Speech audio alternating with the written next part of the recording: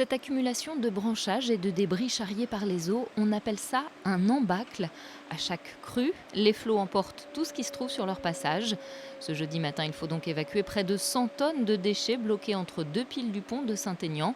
Une décision prise en urgence par le conseil départemental pour ne pas endommager l'ouvrage en pierre et qui a donc nécessité sa fermeture temporaire. Au vu du courant, on ne peut pas intervenir par des barges sur le Cher. Donc du coup, on intervient sur le dessus de l'ouvrage avec une pelle, une pince hydraulique pour pouvoir enlever les embâcles.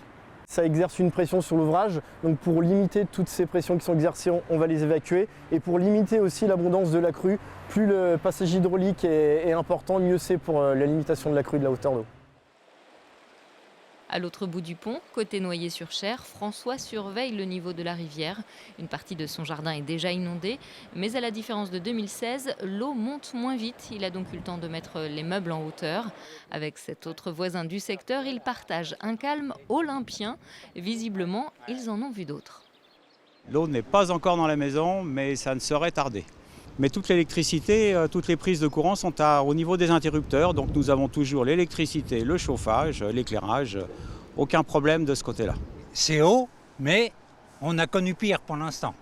Là, il y a des personnes qui ne sont pas dans l'eau, qui étaient dans l'eau en 2016. À 15 km de là, à Celles-sur-Cher, ce midi, l'échelle de crue frôlait les 3,74 m. Quant à la digue qui canalise la rivière, elle est en passe d'être submergée et présente déjà des signes de faiblesse.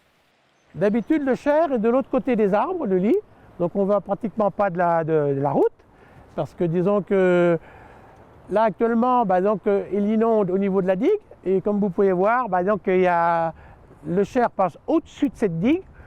Donc en débordement, il y a un déversoir qui est en amont pour justement protéger la ville de Celles-sur-Cher et qui inonde toutes les plaines qui sont du côté du rivage. Quelques maisons en bord de Cher ont déjà des problèmes d'accessibilité. Selon Vigicru, la rivière pourrait encore prendre quelques centimètres cette nuit avant de redescendre lentement jusqu'à samedi midi.